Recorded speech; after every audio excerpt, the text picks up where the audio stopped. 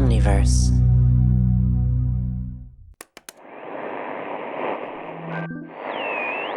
The Call of Cthulhu Mystery Program is for mature audiences only. This episode contains discussion of gore, sexual situations, violent injury, rape, and body horror. Please listen at your own discretion. If you find our Stygian story simply scintillating, unlock further secrets at patreon.com/omniversemedia and cthulhumystery.com/support.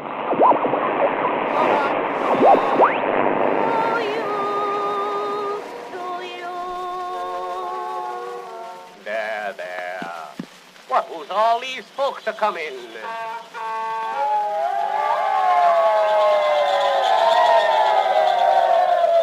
Merry Christmas, Grandma. Daddy, Mother. My boy. Zeke, did you know that? Cut it out, Daddy. I know all about it. I brought you a Christmas present. You got a match, Dad? Zeke, you'll have to go out and smoke. Not yet, but soon, Mother. Old Skinner's mortgage will go up in smoke. There. Daddy, the old home is safe now. Clear the floor, folks. Mother, I claim the first dance.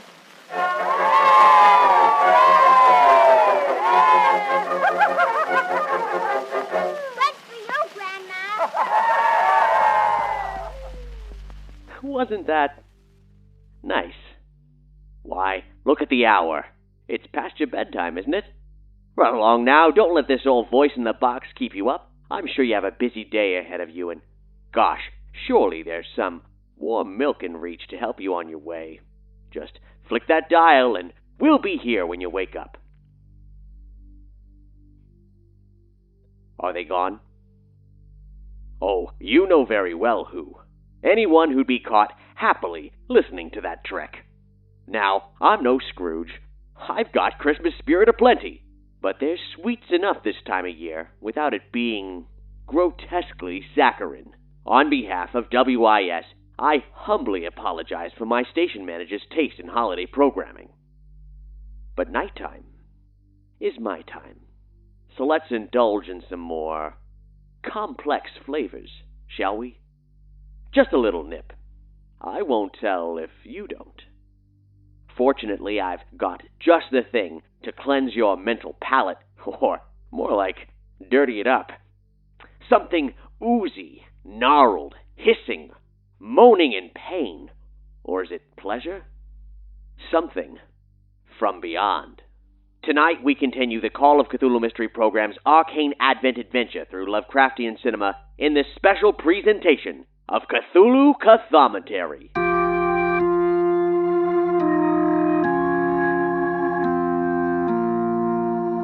Do you hear that? In the cruel blackness of night, an unknowable evil from beyond time cries out.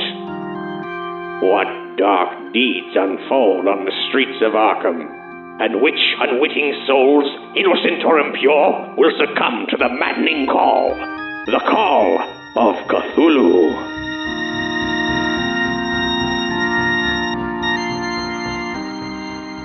Welcome to Cthulhu Cthommentary. Hi, I'm Kat. And I'm Luke. In this show, we often dissect various episodes of the Call of Cthulhu Mystery Program, but even more seldom, we venture into Lovecraftian cinema and report on our findings there and offer our very own Cthommentary on the things.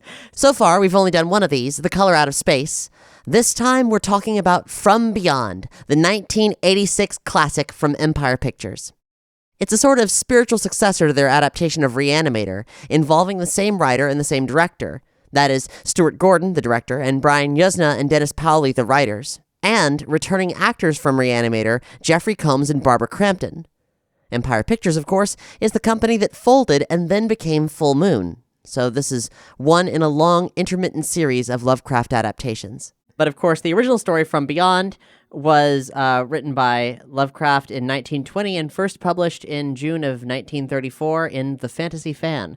It's the story of a guy who figures out that you can use a certain kind of strange light and resonance to see into the various layers of reality that our human anatomy does not allow us to perceive.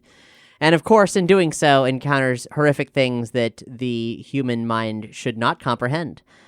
From Beyond, I was first alerted of this movie in an article of like a list of sexy body horror movies, and was like, how is there this Lovecraft thing I've never heard of? I'd known about it for a long time. Like, I saw Re-Animator a long time ago, but it was just something where I never bothered to see From Beyond. Having seen it now, I feel like I cheated myself a bit. Do elaborate.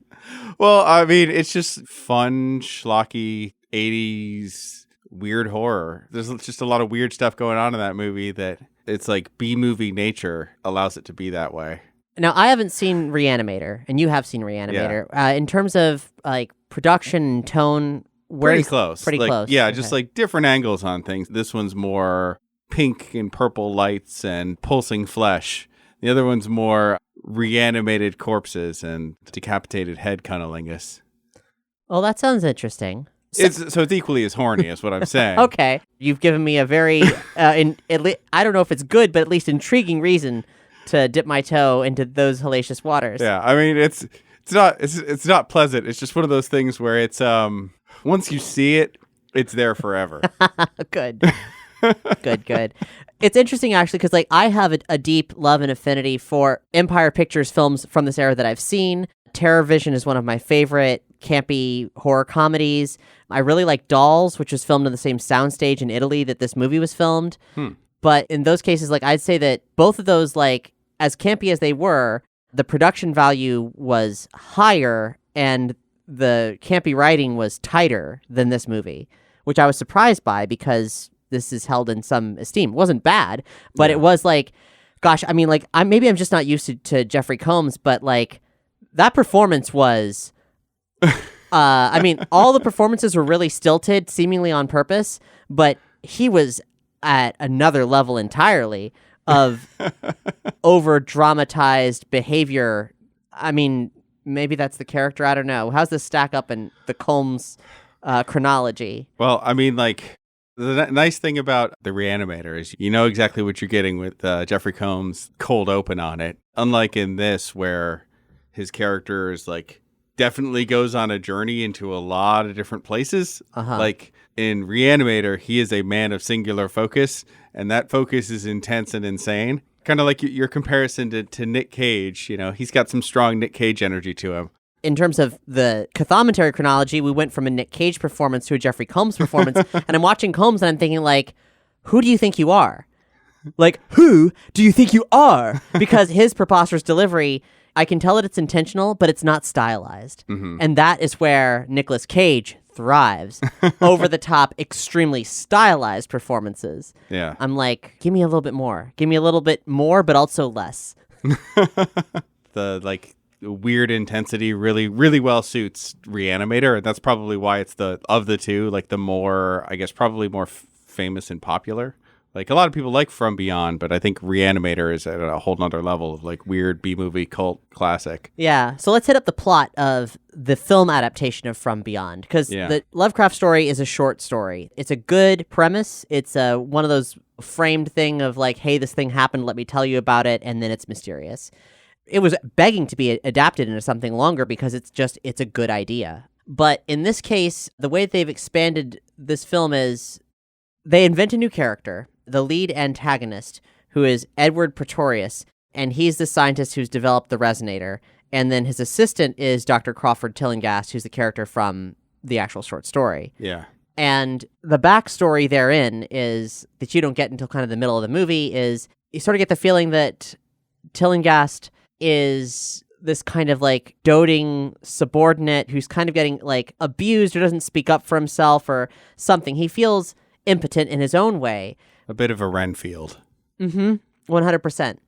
And meanwhile, Pretorius is this like overbearing, not exactly like macho character, but he's strong-willed and he is into BDSM on the dominant side of that and is a little condescending, but you really don't get a sense of what their relationship is because almost immediately they turn on the resonator, a bunch of like weird fish come out, and then Pretorius gets his head twisted off, but his mind is taken off into this other realm, and he lives on in a very different form. But they have a weird relationship. So I've Gosh, I've already gotten in the weeds because it's kind of a pretty weedy story, and not much of it makes sense. So Pretorius dies, and Tillinghast is naturally blamed for it. And so far as law enforcement goes, he gets committed, and then they introduce Dr. Catherine McMichaels, who isn't 100% convinced that he's insane, and in a preposterous leap in plot says, oh, we have to rebuild this resonator because, oh gosh, his pineal gland is in fact enlarged because it's the pineal gland, which is the sensory organ that will allow him to perceive what is beyond. Of course, after Tillinghast has to explain to her what happened, and the line that I think is pretty divisive, I don't think you liked it as much as I did. His head was twisted off like a gingerbread man.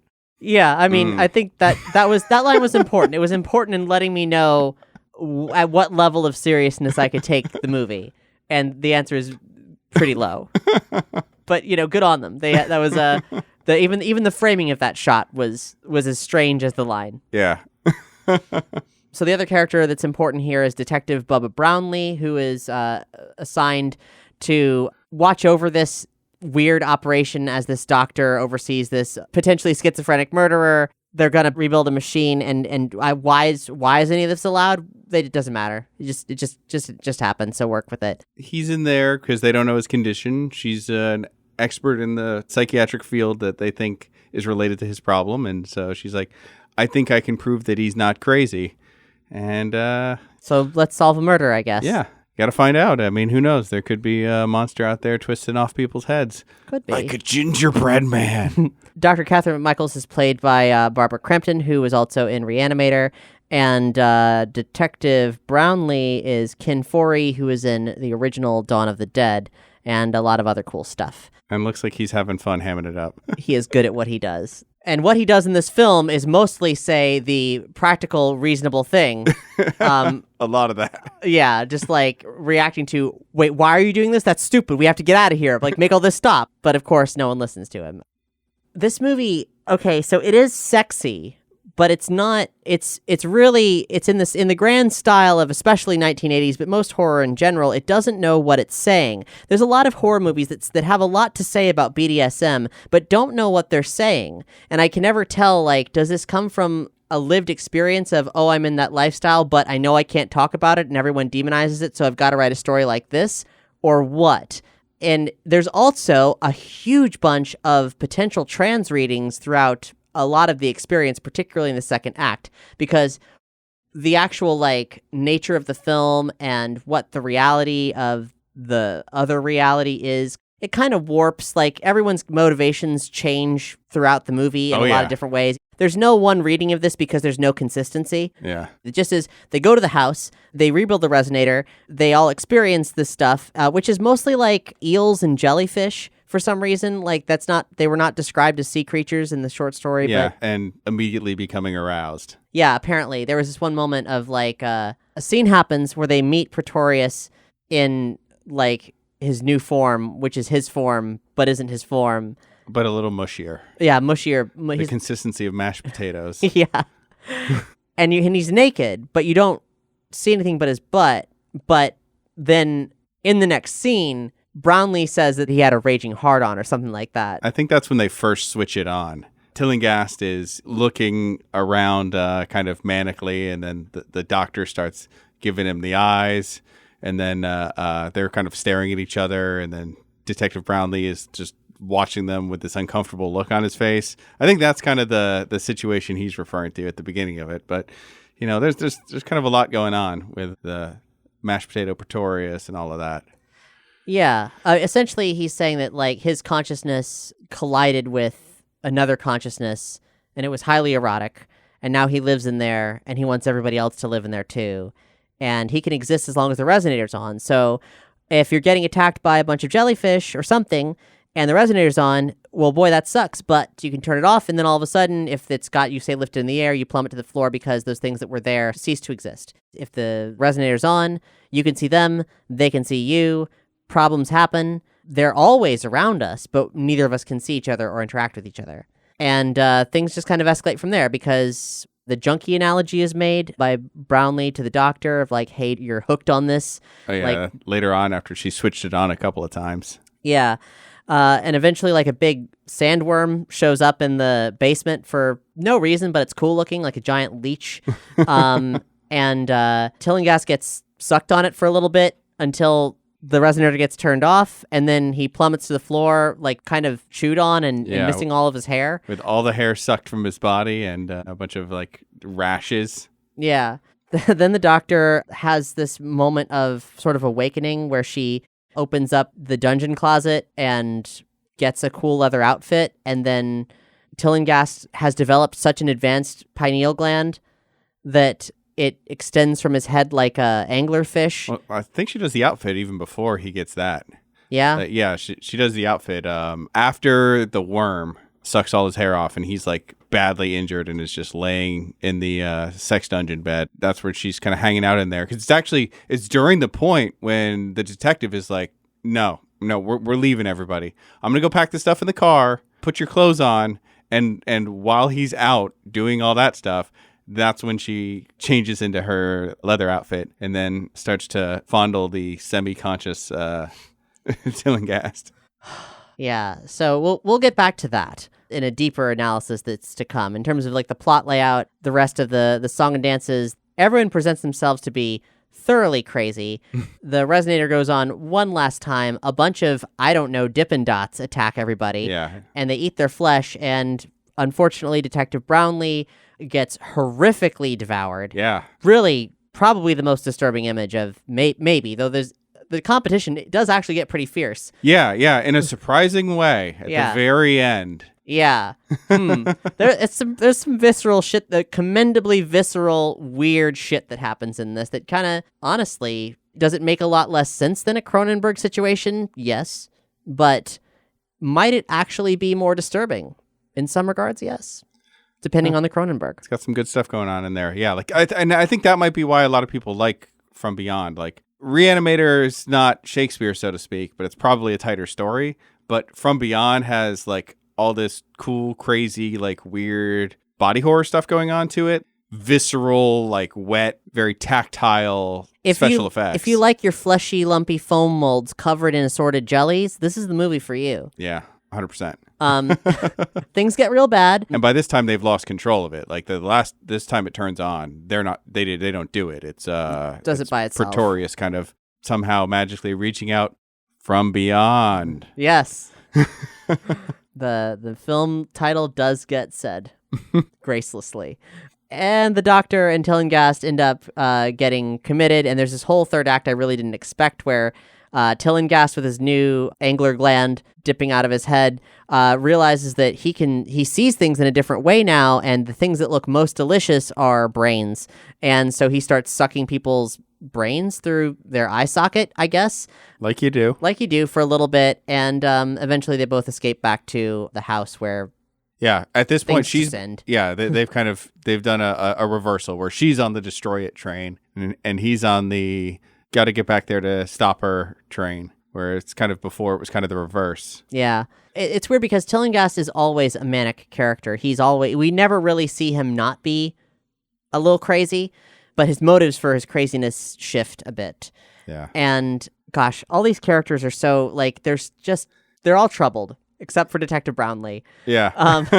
There's so much to pick apart here in terms of a deeper analysis for it. One thing that gets thrown out in, like, the final confrontation region of things as Pretorius and Tillinghast are sort of, like, sparring off and the doctor's, like, fighting back and everything. Tillinghast says that Pretorius is impotent and blames that on why he's into sadomasochism. Yeah, like lashing out. And in the past, Tillinghast is like, he'd have all these pretty women, and then, like, he'd take them up, and I'd just hear screams, and I'd go to sleep listening to the screams. And at one point, you see a video that he taped with a lady, and there's no reason to believe that wasn't a fully consensual circumstance. Yeah, the video seems pretty tame in comparison to his descriptions of it later on. Yeah, it's all pretty, like, why are you kink shaming? Like, it's a weird discussion. I mean, Pretorius, we don't know what his motives are, actually, once he goes to the other side. Yeah. It's kind of like, it's super sexy in here, you can't understand it, join us. Yeah. I mean, is the video the reality, or is what Tillinghast says about him? Like, overall, given the way Pretorius acts, like it seems like Tillingast's kind of, description of him is this like abuser. Right. Seems like the more accurate of the two. Like maybe somebody who was making the B-roll for that other video didn't get told, don't make it too sexy. This is not supposed to be pleasant. Right, because later on, as like let's call him like the monstrous Pretorius, like the creature Pretorius, does some pretty non-consensual stuff, very rapey, horrible stuff, and it's just hard to get a read on it because there's the characters in their world, and then there's the film at large. Yeah. And the film at large, I feel, is just as confused as any film that attempts to address any of this stuff. Yeah. Because it's always like bondage is bad, and like even in Clive Barker's stuff, where like he must be pro-kink. I assume that Clive Barker is pro-kink, but, the Cenobites, being villains, being sadomasochistic villains, I don't really, it's hard to get a positive read on it. But at the same time, like this is the world we live in where queerness in cinema, especially in the past, gets relegated to this space of the monstrous. But at the same time, you can also read as kind of sexy. There are moments in this, in From Beyond, where it's not what they're showing you that's sexy, because it's certainly not. It's like very unformed, like just kind of melty. It's just everything's just a bit melty. But what they're saying is pretty profoundly sexy. For example, Pretorius says, it's just the body. Mind is indivisible. Bodies change. You are evolving into a being that has never existed before. Like stuff like that. Stuff that I, like as a trans person, feel pretty deeply and connect with in a way of like, yeah, no, like I could go into the weird pink vibration land and I don't know, like be whatever I want, I guess. I'm not sure what that experience is. It's very vague. But in the third act, as the gang is all together in the attic, turning the resonator on and off, there's a weird narrative that happens where Detective Brownlee, he's a nice guy, but he's a very hyper-masculine guy. He's got a football jersey. When he comes there to just like to oversee stuff, he brings his own weight set. He's ready to pump at a moment's notice. And Dr. Catherine McMichaels is this like prim, pretty, but like confident doctor type. And then when she puts on the leather outfit in Pretorius's bondage closet, she has this awakening and she herself becomes rapey, which sucks. But she's seeing herself for the first time. She's feeling empowered in this like different way. She's gotten, as like Brownlee says, like she's a junkie to what she's feeling from the resonator, but she's been seduced by something that promises this like change. She is not being confined to this like sense of professionalism that she's had to wield, attempting to overcome the fact that her father died in a mental institution by like advocating for people with schizophrenia, and she wants to get to the bottom of like maybe the pineal gland is somehow responsible for certain percentages of the schizophrenic population, like, or different sorts of mental disorders, because they are actually viewing these things from beyond. And then you've got Tillingast, who is a like raving incel of a kind. And there's, between the three of them, like there's a potential for like a trans ego id super ego dynamic where Brownlee is always like, hey, yo, don't do this, don't mess around with this stuff, everything's fine. And then Wafy put upon Tillingast, who's like, I never get to live the life I want, everything's horrible. Like he's like the trans egg out in the world, kind of being angry about everything because like nothing has ever felt right. And then Dr. Catherine McMichaels is the trans self that gets to step out from this experience and have all these awakenings and whatever, who then is confronted with her egg self and his problems and Brownlee and his judgments when he like holds her against the mirror and is like, is this who you are? Are you sure? And also, in a weird sidestep note, Catherine, the name that I've chosen for myself, I have also learned is apparently the cliche trans name from the prior generation, from the era of this film. Oh. That is like one of the default, are you a trans woman? This is probably your name things, which I did without even thinking or knowing. So here we are. The Mildred or Esther of your time. That's a pretty fascinating read on it, I gotta say.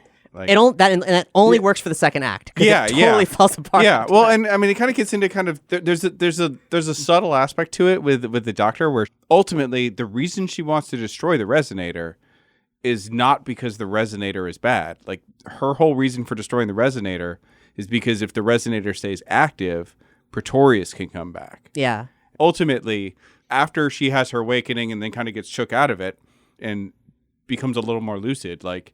She's not like, I need to destroy the resonator to stop it or whatever. She's just like, if we don't destroy the resonator, Pretorius is going to come out of it. Yeah. Yeah. And that's fair because he is clearly, I don't know. He's a problem. He's not nice. He doesn't do nice things. His motives are whatever they are. They're aggressive and non-consensual. Yeah.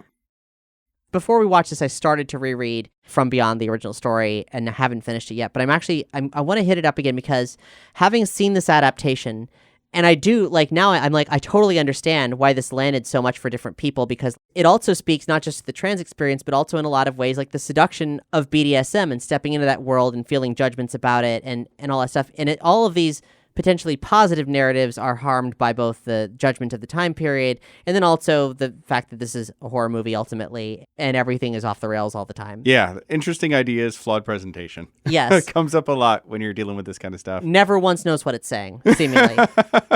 But it's suggesting quite a lot and suggesting it in a way that's a lot more, in spite of all the different ways that there's super gross, interesting body horror stuff in this, it is, say, like, easier to find the sexy side of this than, let's say, The Fly. Mm-hmm. And there's much to be said for that. Like, this could be a little bit of a kick in the pants for consciousness expansion if you see it in the right time, in the right place. And it puts some ideas in your head and you're like, well, that wasn't, but what if they did it this way? And then you go off on your own journey. Yeah, yeah. The ending battle was actually crazy and super neat. Yeah, some really good puppet action, special effects of just using those physical things, just hands tearing through body parts and writhing flesh. So, like, Tillinghast gets eaten by Pretorius, and you think, okay, well, he's gone. His head gets twisted off. So by virtue of what we've seen before, his head gets twisted off, and therefore his consciousness gets absorbed, and which essentially, now that I'm thinking about it, means effectively that Pretorius has had sex with Tillinghast. Oh, yeah. Well, I mean, like, yeah, he already said, I think, it's the most sensual thing. Yeah, and I mean, I agree. Like, getting inside somebody's head like that, like, it's amazing, which is, you know, part of the psychosexual narratives that are present in here without actually, like, exploring what that means in real life in any capacity. So that happens, but I guess let's say Tillinghast's willpower is somehow stronger or whatever. So in the Pretorius ego monster, all of a sudden, Tillinghast rips his way out of there, presenting far more as human than Pretorius almost ever did when he presented himself in the resonator space. Yeah. So he ripped his way out of that. And then the Pretorius monster sort of swallows him up again, and weird little noodles, flesh noodles, like wrap them up and stick them inside again. And it just kind of keeps happening over and over again until they're like this, like the body collapses and they turn into a writhing pile of sludge and limbs with like these like echoes of human bones and skulls, like chewing each other to pieces. And it's done really well, shockingly, because it shouldn't work. Yeah. Some of the special effects in here, I would say, are probably about up there with The Thing. Yeah. Every so often, it's a good kind of resolution to that whole body horror thing of Tillinghast kind of, you know, I guess to bring it back to your kind of psychosexual reading of it is like Tillinghast lures the monster away, the Pretorius monster, like he's giving himself up to it. Like he's basically down there on the floor, like, you know, come and get me. Yeah. And another interesting thing about how it ends is that out of nowhere, the doctor, just for plot convenience's sake, whips out a big heaping pile of explosives with a timer attached, like she knows what she's doing. It comes out of nowhere. She drives a van from a hospital to the house. Maybe she stopped in the middle, but where did she stop? She comes away with this timer bomb. Drive-through dynamite store. Yeah. Which, of course, in Call of Cthulhu terms, can only mean that she put a lot of into her demolition skill and didn't know how to use it. But she thought, by God, I'm going to go out in a blaze of glory just like Father Grandfather and make this happen. But miraculously, she survives. And in a very interesting moment for the entirety of really the action genre, the horror genre, any of it, she has to sustain real life body horror. A body horror you listening could potentially experience moments from now or have already experienced. She jumps out of a window and her bone breaks through her knee and she has to deal with like the fact that her fucking leg is broken and her bones are popping out of her body. Yeah. And like that's like, yeah, for all the stuff that's come before, like pineal glands popping out of people's foreheads and people melting and changing, like that moment is just all of us sitting there are just, Yeah. It really turns into like that moment makes it turn into this very interesting and complex analysis of the body horror genre, because here for once they're showing you a livable body horror, and that almost never happens. Yeah, just simple thing of, oops, I jumped out of a third-story window and popped my bones out of my legs. Like, yuck. It just lands with so much impact in a way that you wouldn't expect after this. Heyo. We'll be here all night. And then from that complete experience, from the past several days of torture, she is clearly gone 100% insane. Her sanity roll failed. In fact, I think it would be really kind of interesting to do a reading of this. Like, let's create stat sheets for all these characters and then judge where their sanity rolls were at different points in time, see how, like, to validate their reaction. You could totally do it, like, in sort of like reverse engineering this movie. Like, here's how this would have played out mechanically if it was a game. And it would work 100%, including all the weird leaps in logic of, like, okay, my character's doing this now because, you know, the person playing that character got bored and their character pivoted ridiculously. And then with Tillinghast in this movie, just like, he's suffering from the gland, like, increasingly over time. You can see each exposure to it is, like, worse and worse for him. You're going to eventually get your unlucky bad roll, and now you got a tentacle out of your forehead. And how well can you control it? Well, what's your power rating? I think this is a good example of that. Probably better than Color Out of Space like we saw before. Because this one is, I mean, they're specifically investigators. Like, True. Like in this, like, you know, there's a literal detective. There is a psychiatrist trying to figure out what is happening here.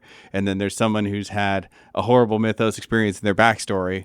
Like, these would easily be just really good Cthulhu modern day investigators anyways on their own. Yeah.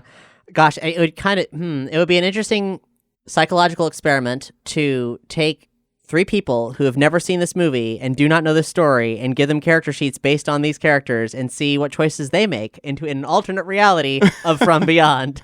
Oh man, that might be fun. I don't know that you're going to get the same degree of, like, fleshy horniness in a game. I mean, that's part of the beauty of the casting process. You gotta get those RPG consent forms signed. We'll say, like, the moratorium is we only are casting people who do not want to fade to black. It's complicated. It'll be this is Triple X Mystery Program coming soon. I don't know about that. But what I do know is that I want to reread the story, and I want to really think about what one could do with it, because, like, the ethos of Mystery Program is everything that Lovecraft wrote is true in terms of, like, the content of the stories, and then everything that is in our stories, like, also happens. So I'm curious in what ways the story of From Beyond could mutate within a non-disruptive scope of mythos to further explore maybe healthier perspectives on well, here, this is where this came from. So like I said, I was partially rereading the story, and here's a quote from it.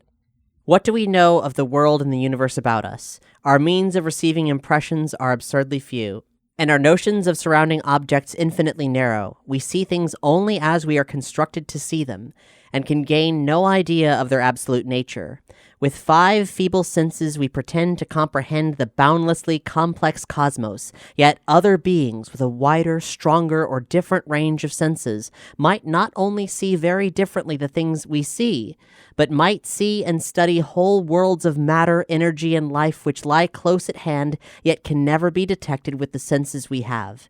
We have always believed that such strange, inaccessible worlds exist at our very elbows, and now I believe I have found a way to break down the barriers, and I am not joking.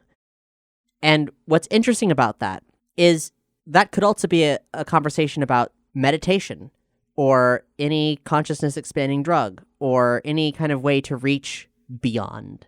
It doesn't have to involve, you know, angry jellyfish. And certainly, of course, in the Lovecraft universe, it involves creatures that I feel like from what I remember the story, the way that they interact with our material reality is not necessarily in any kind of actual malignance, but simply that the two should not have met, and that they don't work well together, and that sort of bad things happen because these matters were not meant to be exchanged. Mm-hmm. But I think there's an opportunity to take these same intentions and to further explore what that could mean within the scope of the mythos, both horrifyingly and then also to the point of what I like to do with Mystery Program, which is not every creature is horrible and not every experience is bad. It's just different. Yeah, well, I mean, one of the big things with it is kind of like RPG characters in general, like just because they come to an end as player characters, like that doesn't have to be a bad end, even if they're washed away in the torrent of existence. Yeah. Leaving no physical form behind or something like that. Like that's not necessarily a bad end. Yeah, and one of the reasons I really, really wanted to watch From Beyond was because I've been taking in a lot of body horror lately because I'm working on a bunch of projects that involve body horror. Body horror typically presents itself in ways that are inherently like homophobic, transphobic, and ableist. They approach a lot of themes about like what the body is or should be, and has a lot of like absolutionist ideas about the lived experience of other people that, you know, like when you turn it to like, well, a monster's trying to eat you, you're like, okay, fine. That is what it is. But the sort of macro lens on these things tends to skew in a way that I often find to be like quite sexy or interesting, especially like when I was a younger person and didn't know much about myself. There felt like there's something there. It's just like, this is telling me something. There's sort of an awakening quality to like the consciousness expansion of your body as you perceive it does not have to be, it is not a solid state.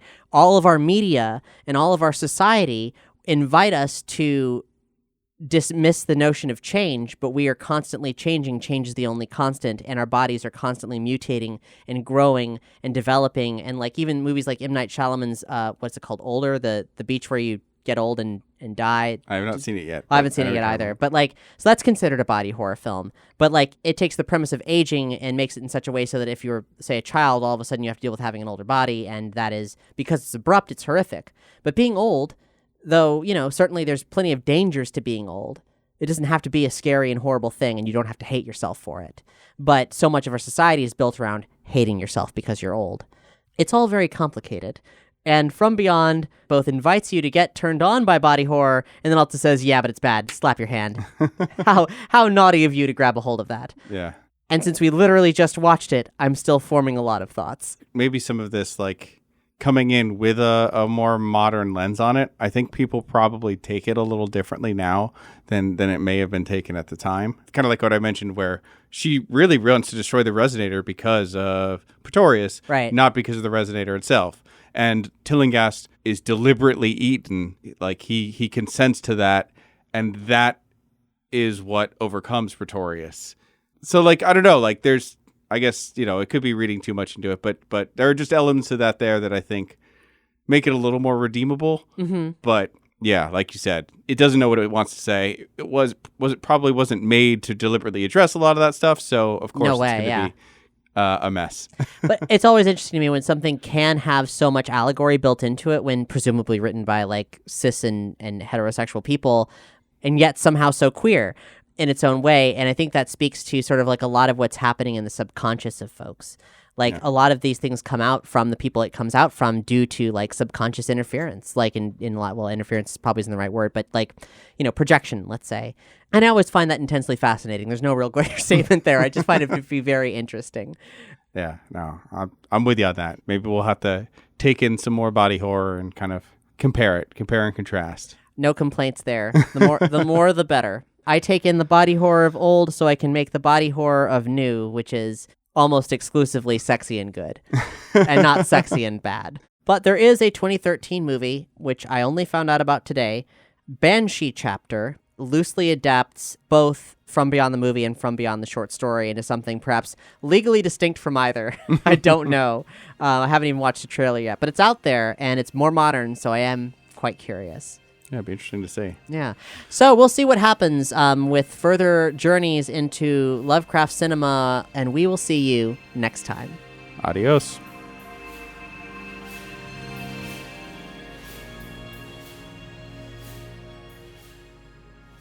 The Cthulhu Cthommentary Arcane Advent continues next week, and it's a momentous occasion, folks. This is the big one. Thrill, as our showrunner, Catherine Blackard, finally views the Lovecraftian cinema classic, Re-Animator, and sees what all the fuss is about. Brace yourselves. You are about to behold a woman forever changed, transmogrified in the luminous lime green light of the reagent before your very ears. And the journey doesn't end there. As previously mentioned, this arcane advent to horrify the holidays is a battle fought on two fronts. There are the episodes you're listening to right now, and there are those debuting exclusively to our supporters on Patreon and Supporting Cast. In an all-new recording out now, Kat Blackard and Luke Stram return to the cinema mythos of Gordon, Yuzna, and Paoli in their adaptation of The Shadow over Innsmouth, Dagon. And they're impressed with what they discover, but don't take my word for it. Hear it for yourself, straight from the Shoggoth's beak. It is shocking in its quality and content. I think this is, of all the, Gordon, Yuzna, Paoli movies, I know why this isn't everybody's favorite, but I think this is of all the ones I've seen, the best Lovecraft adaptation and the most fully rendered pure horror movie that they've done. Yeah, I think I'd agree with that. Again, this Dagon discussion is available to our initiates over on Patreon and Supporting Cast. Head to CthulhuMystery.com/support to pick your poison, join our community of listeners in bringing our sinister series to life, and unlock myriad arcane audio tomes. Now, onward, into this not-so-silent night, ye radio rapscallions. If I don't see you through the week, I'll see you through the window.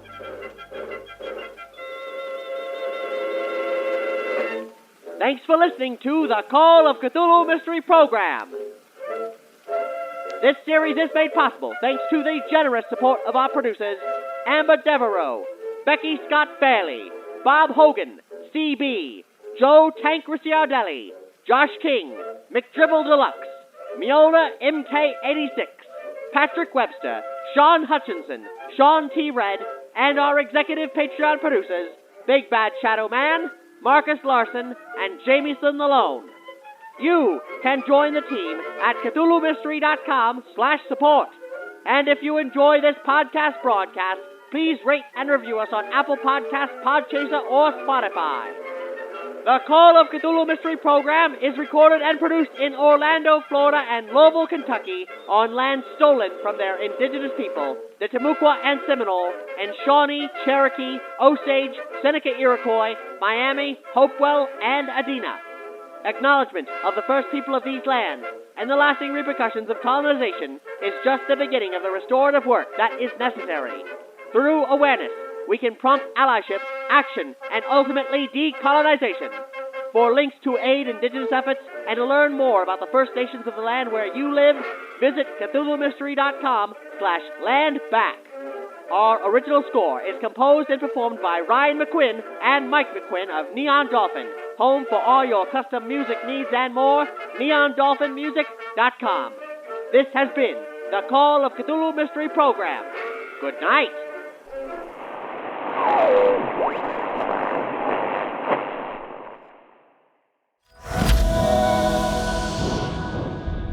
Omniverse.